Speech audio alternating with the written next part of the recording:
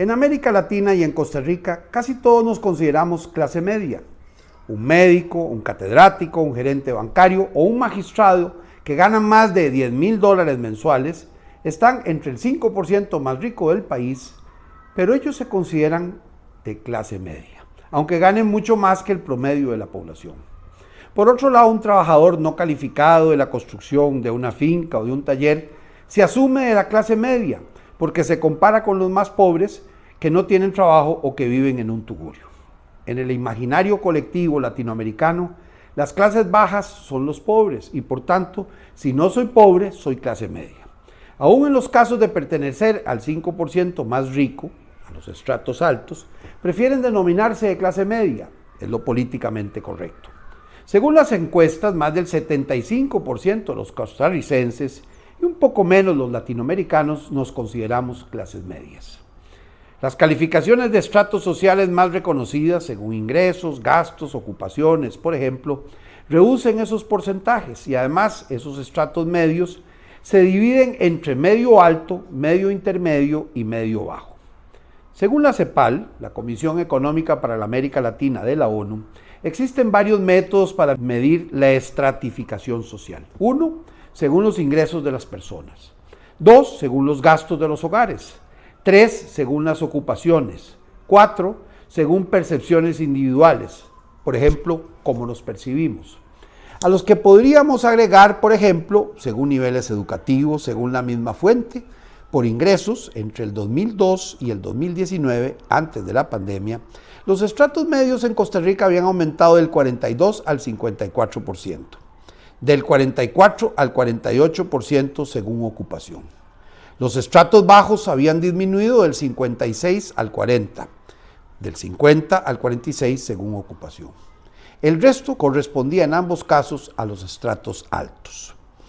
Los números objetivos por ingreso, ocupación, gastos, educación, etc., por tanto indican que en los últimos 20 años las clases medias han aumentado en casi todos los países de la América Latina, salvo en unos pocos países como Honduras o Venezuela o recientemente en Nicaragua. No han disminuido como se difunde equivocadamente. ¿Por qué entonces las clases medias se perciben disminuidas y afectadas? ¿Por qué muchos países se rebelan y lanzan a las calles antes de la pandemia, por ejemplo?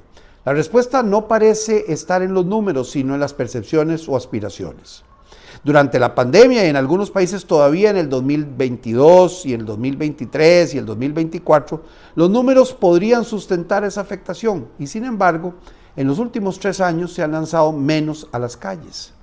No hay una respuesta uniforme, pero conviene pensar en ello. La democracia necesita el apoyo de las clases medias, como prefieran, porque en ellas o son ellas las que más la aprecian y las que más rechazan las alternativas autoritarias. Por ello, si las clases medias, mayoritarias en América Latina y Costa Rica, están enojadas con el sistema, difícilmente podremos defenderlo bien. Iniciemos por preguntarnos sobre sus patronos de consumo. Por ejemplo, gastan mayor proporción de sus ingresos en transporte, básicamente vehículos privados, y se preocupan más por el estado de las carreteras. Gastan proporcionalmente más en educación, en salud y en seguridad. A nivel de educación preescolar, primaria y secundaria, pagan o aspiran a que sus hijos vayan a la educación privada. A nivel de los servicios de salud, aunque utilizan los servicios de la seguridad social, gastan más y necesitan o aspiran a la medicina privada. Sienten que el sistema los excluye, porque los obliga a pagar altos impuestos, pero a diferencia de los países europeos, por ejemplo, tienen que cubrir además buena parte de los costos de educación, de los costos de salud o de seguridad, porque las limitaciones a los servicios públicos los obligan a ello. Listas de esperas en salud, en seguridad en los barrios, calidad de la educación pública, etc. Los subsidios de vivienda, las pensiones no contributivas, las ayudas sociales, los bonos escolares, la comida en las escuelas, los asilos de ancianos, la cita en el EVAIS y cada vez más la educación pública y los servicios públicos de salud, la cita con el especialista, la cirugía programada, no les son accesibles realmente.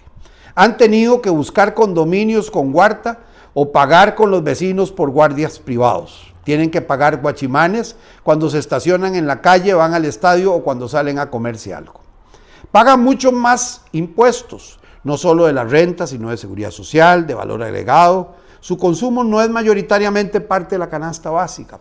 Pagan más cara la electricidad y el agua, pagan impuestos especiales de ganancias de capital, de hidrocarburos, de bienes inmuebles, de marchamos, tasas municipales, compras de vehículos, perfumes, que consumen más que el promedio de la población.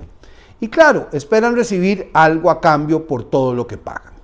No tienen mucho margen para eludir el pago de impuestos y además la educación de sus hijos, el pago de la seguridad en su barrio y el pago al médico o de las medicinas en la farmacia no son deducibles.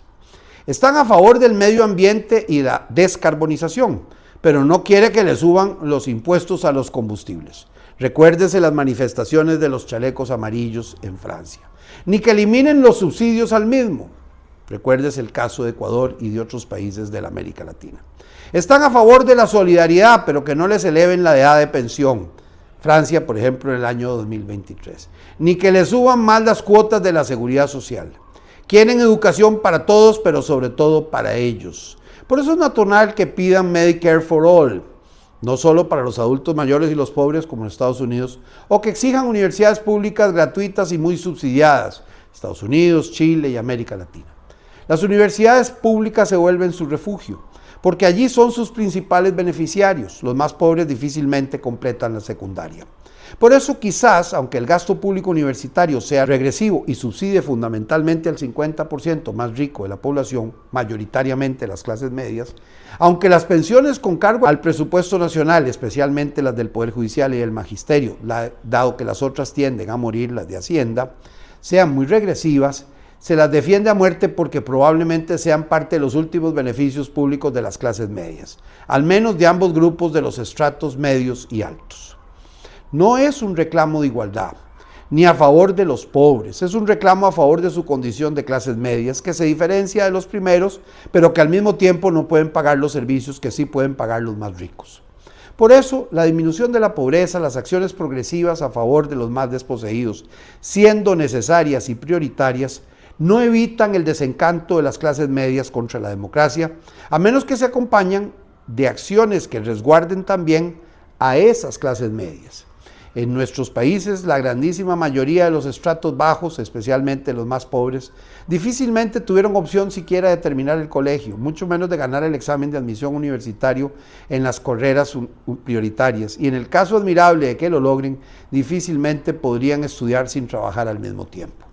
La grandísima mayoría de los más pobres, por eso mismo, no tuvieron oportunidad de trabajar como funcionarios públicos ni de beneficiarse de sus convenciones colectivas. Casi todos los puestos disponibles exigen bachillerato y la grandísima mayoría de los pobres no tienen bachillerato.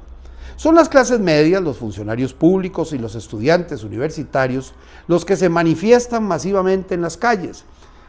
Forman barricadas, gritan consignas y se afirman como los representantes del pueblo. El pueblo unido jamás será vencido, como es la típica expresión en esas manifestaciones.